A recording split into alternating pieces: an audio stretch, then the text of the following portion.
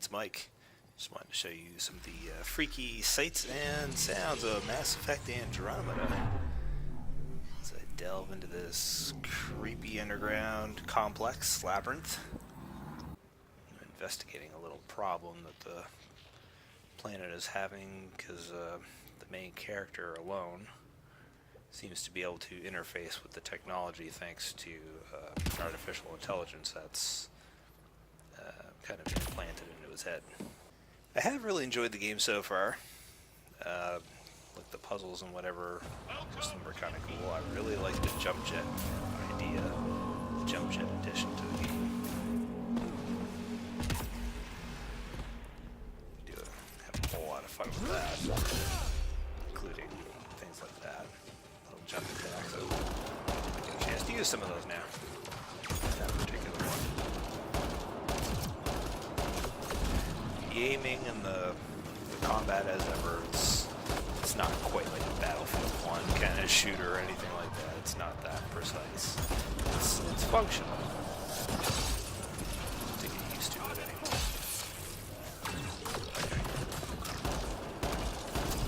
Where I came from, but I know where it's going.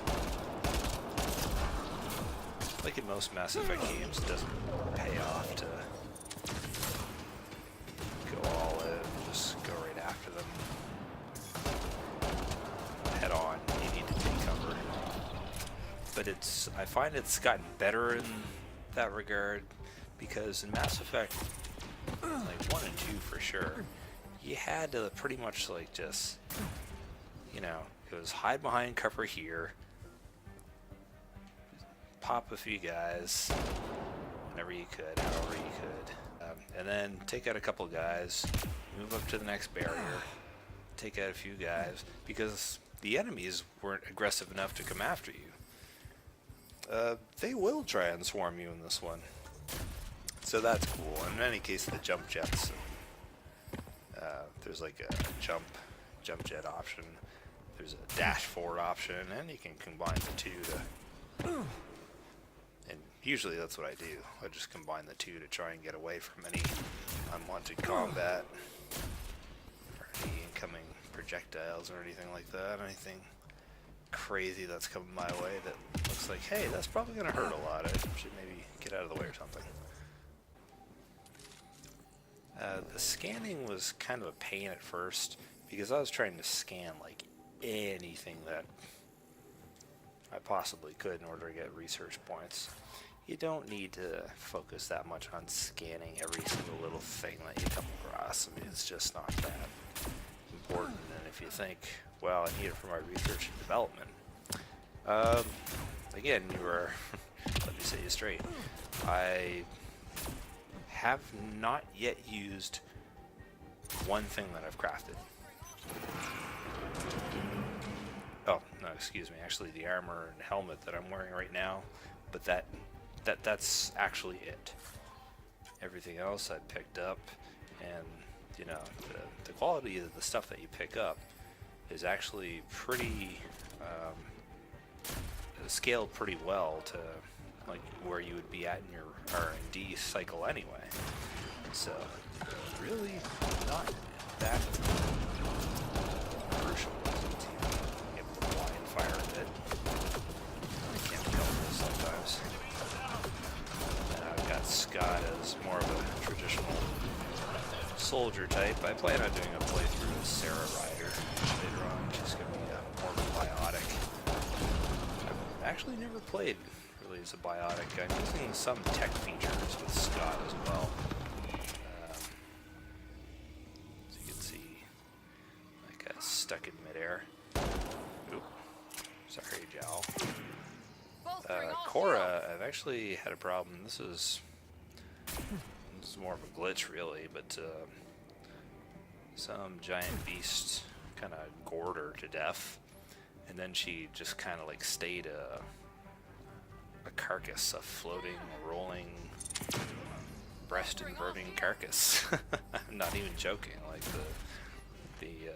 the sprite was so messed up that like her butt cheeks were like twerking on their own. It was really weird to watch. Kind of wish I got a video of it. Luckily, a quick save and restart fixed that problem. I'm not sure if there's been a lot of...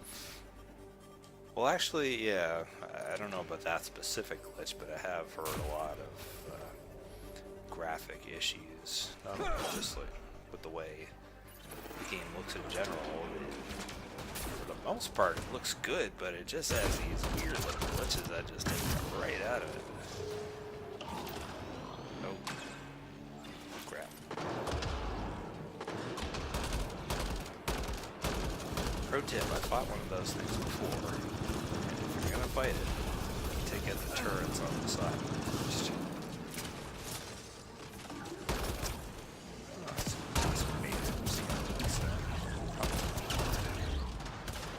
As soon as you get one of those turrets down, it's a lot easier. The turret's easier to deal with too. He's still a threat after that, but it's less so.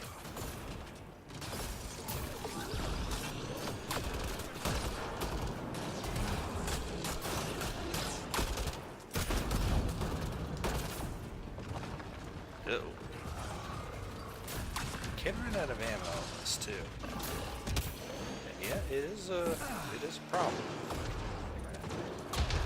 My favorite gun anyway.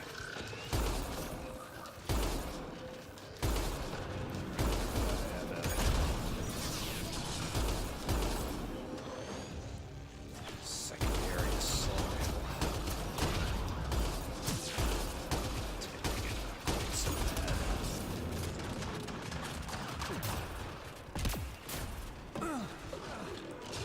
I don't know what he does when he gets up close to you, but I probably want to find out.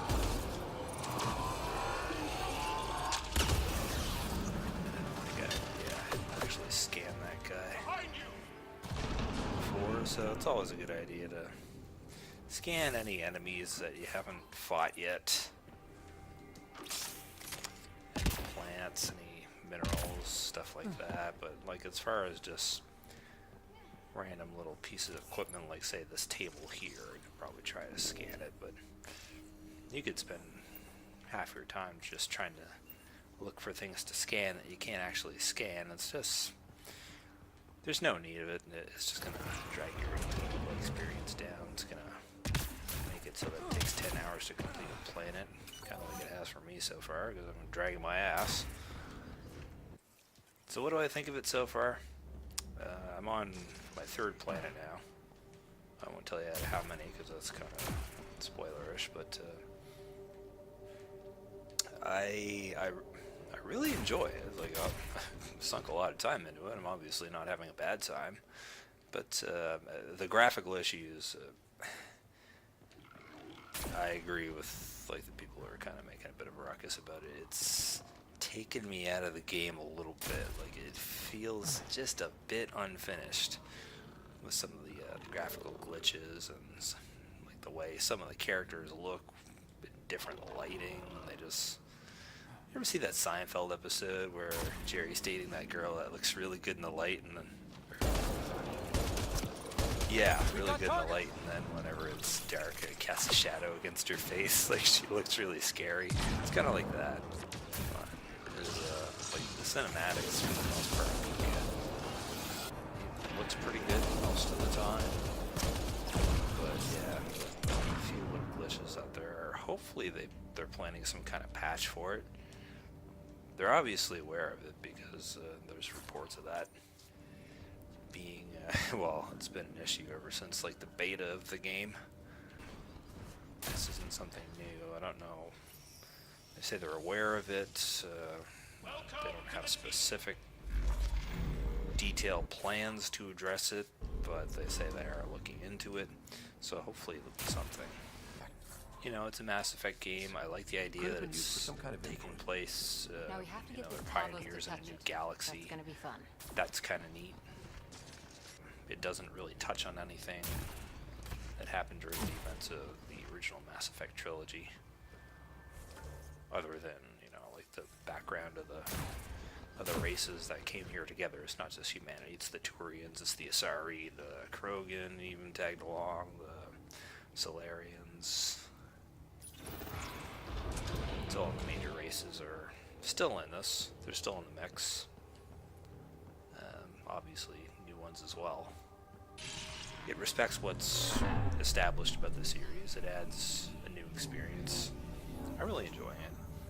Not really sure what the replayability of it's going to be like. I actually really enjoyed replaying through the old Mass Effect games.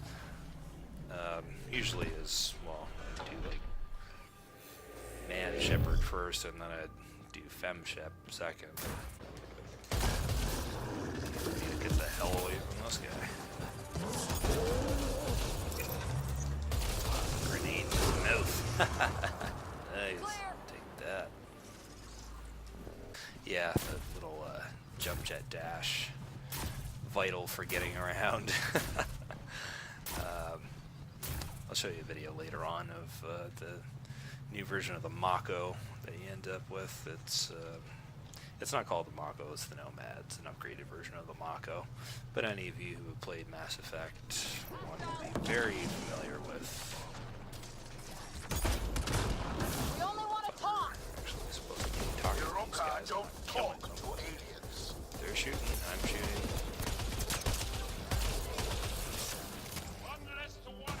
The game kind of allows you to go for broke in certain situations, and then you can get yourself into trouble by being a little too aggressive, and then you have to take cover, and sometimes that's gotten me killed. Got them all. But I like that it's not you absolutely have to stay undercover. I didn't like that about some of the old games. It just felt like, what's the point of it? Well, I wouldn't say what's the point of the combat, but some of the moves definitely felt totally needless. Anyway, I'm going to forge ahead and show you some other regions of Mass Effect Andromeda. See you later.